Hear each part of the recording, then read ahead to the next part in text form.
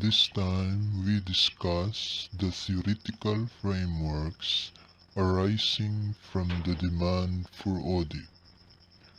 The reasons for the demand of audit and assurance services discussed previously led to the creation of three theoretical frameworks that were used to clarify why audits occurred prior to legislation requiring them to be carried out, why users might request an audit from a certain type of business, for example, a first tire or an industry specialist business, and why users may demand assurance of voluntarily disclosed information, for example, environmental reports. The three theories are the following. 1. Agency theory. 2. The information hypothesis. And 3. The insurance hypothesis. Now we discuss the agency theory. There are no competing incentives when a person is the owner-manager of his own company. One is the owner, the principal, and the manager, the agent. When a manager is hired by an individual to run the company on their behalf, possible disputes emerge. The manager has an opportunity to produce encouraging results.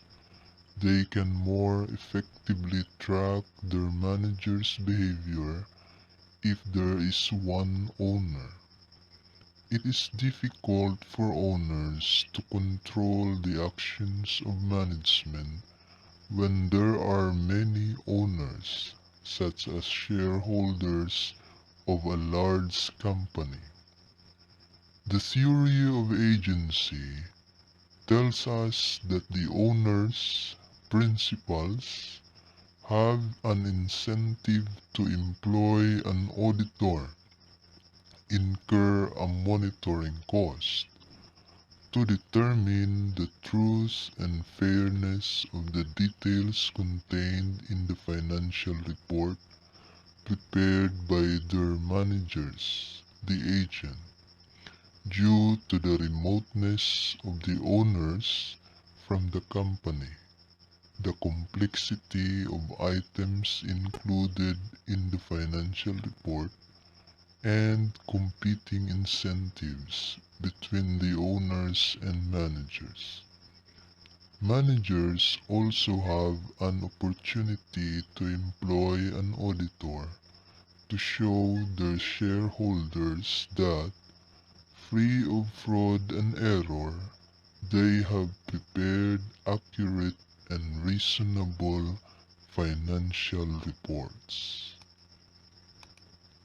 Now we go to the information hypothesis. Users of financial reports need access to high-quality data to make a range of choices. The data is used to decide whether to retain or sell the entity's shares, whether to lend the entity money, what interest rate to charge the entity on the money lent, and so on. The higher the perceived quality of the information found in the financial report, the more likely the consumers of that information would rely on it. The information hypothesis informs us that due to the demand for accurate, high-quality information, different user groups, including shareholders, banks, and other lenders, would need auditing of financial reports to assist their decision-making process. Now we go to the insurance hypothesis. When purchasing shares, investors take a risk.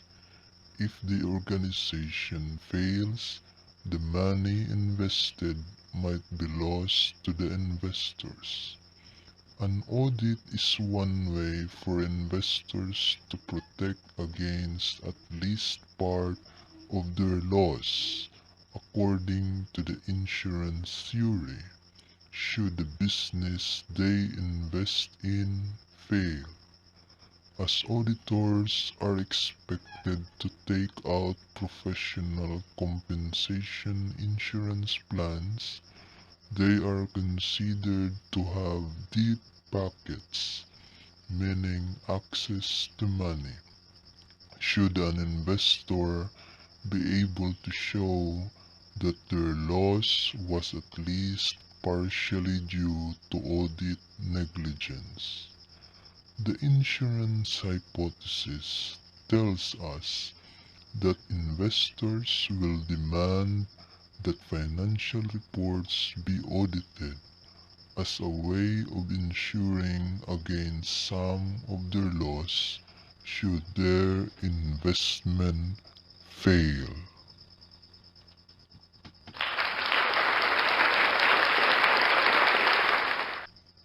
Thank you for listening. I hope you learned something from it. God bless everyone.